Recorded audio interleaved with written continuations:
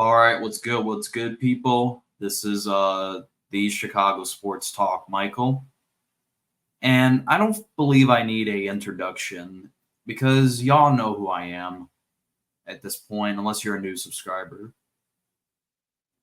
The Bears fan base is in shambles after the events that have transpired the first three games. And trust me, I check my Instagram feed, I check my Twitter feed, or X, or however you want to call it now, dude. Except for Facebook, but I check my Instagram feed and I check my X feed.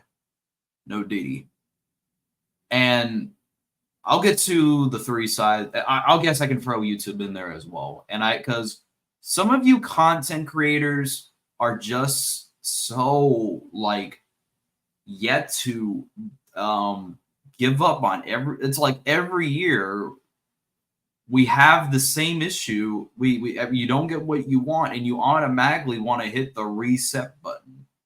Fire Ryan Poles, fire Matt Eberflus, fire Waldron. Like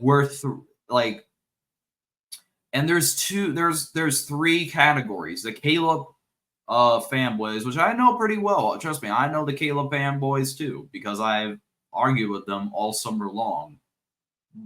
But neither here or there. There's Caleb fans that are throwing Ryan Poles, throwing Matt Eberflus, throwing Waldron, throwing the offensive line under the bus, when I've told everybody that the offensive line it was a major issue going into the offseason. But what did we do that offseason? We discussed who should be our quarterback one. So the Caleb fan club is going to say, oh, Caleb's just a rookie, but the whole team is just bad. He plays for a terrible head. Like, get out of here. This is 2021, 2017, where we had Mitch Trubisky, we had Justin Fields, and guess what? Caleb is playing like the exact same way both Justin did and both Mitch had, and he's doing the exact same thing that both of those quarterbacks did their first year, and guess where it got them? Trubisky's now currently on the Buffalo Bills backup roster, and we're gonna get to Justin Fields because Caleb Williams is playing the exact same way. Actually, if you look at the stats, people can say that he's doing worse than what Justin Fields did his rookie year. So, but I'm not saying those are my words; those are the media's words. And also, another media narrative is Justin Fields is 3-0. And yes, I am one of the people that wanted us to keep Justin Fields. I wanted us to trade the number one overall pick or take the best player available, which was Marvin Harrison at 1. I said this because we needed to build the offensive line, build the trenches, which has been the problem for the Bears for the longest time now. I've said that for the longest, and people said, no, it's not an offensive line issue. It wasn't a coordinator issue. It was a quarterback issue. And look at where Justin's at right now. Are the Steelers winning because of him? No. But he's 3-0, and he's in his 4th season, and you can make the argument that he tremendously has improved from his last year. But does that mean he can be a quarterback you can win with? Absolutely not. But people say Caleb is a quarterback you can win because of. And so far in the past 3 games, Caleb struggles and everyone wants to hit the reset button. Have you not learned from Mitch Trubisky? Have you not learned from Justin Fields that we have hit the reset button on this team multiple times? And people want to say, people called me, oh, you're not a Bears fan. You're a Justin fan. You're not a Bears fan. You're a Caleb fan now, hypocrite. Bro, I can name you quarterbacks on the Bears that you probably never even heard of. There's Brian Hoyer. There's Chad Hanley. There's who else? Josh McCown. Who else? Mike Glennon. Uh, what's his face? Kyler Orton.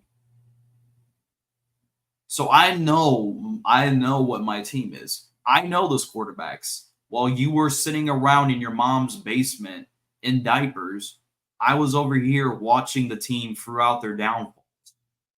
And let's get to the Tyson, bro. Y'all, I know who some of y'all are that will just hype up Tyson Bagent. And I have to say this. Tyson Bagent is not a career starter, you dumb fucks. He sucks. He's a backup quarterback for a reason. You want a D2 quarterback to start for this team, and he's never going to start. Ever. That just hurts the locker room even more if you start Tyson Bagent. And why is this even a conversation? Why? And some of you are just saying that because you had, and some of the people that are saying, "Oh, Justin's 3-0," you were the same people that were bashing him all offseason. At least I stayed consistent and said that, "Oh, I want Justin to stay." I didn't call him bust and failed. I didn't say, "Oh, he's never gonna succeed." I actually been the first one to say it. He's gonna convince the Steelers to have him as the starter, and nobody believed me. People are like, "No, he's not even gonna see the field." And look at where we're at. Granted, I didn't expect it to happen in week 1, but look at where we're at right now. At least some of the people that are saying, "Oh, Justin's 3-0," were never Justin. That were the ones that were saying busted Fields. Oh, Justin Fields is a bust, dude. And now, since Caleb's not living to your potential, which all offseason we had to hear from people like Nick Wright, we had to hear from people like Rich Eisenberg and some of the Bears content creators. Yeah, I'm calling them out because some of y'all had the expectation that he was going to be like Patrick Mahomes, and you had the expectation of him becoming a CJ Stroud. It's dude, that's a once in a lifetime moment. It's what it is. It's a once in a lifetime, once in a lightning bottle. A rookie comes in and then they light it off right off the bat. And I have people are saying, "Oh, you're not allowed to root for Caleb when he does well." Bro, he hasn't, even yesterday, which was arguably his best game. Just because that doesn't mean he's going to be a good quarterback. He hasn't proven anything to the NFL level. And yet people had the expectations of him coming in and being like Patrick Mahomes or CJ Stroud did. I have to remember, and I have to hold myself accountable for my mistakes as well. And I've made a ton of mistakes on this channel. Listen, I've learned from it, and the Bears are not winning the Super Bowl. I hate to tell you that. Even some optimistic Bears fans will tell you they're not a Super Bowl contender.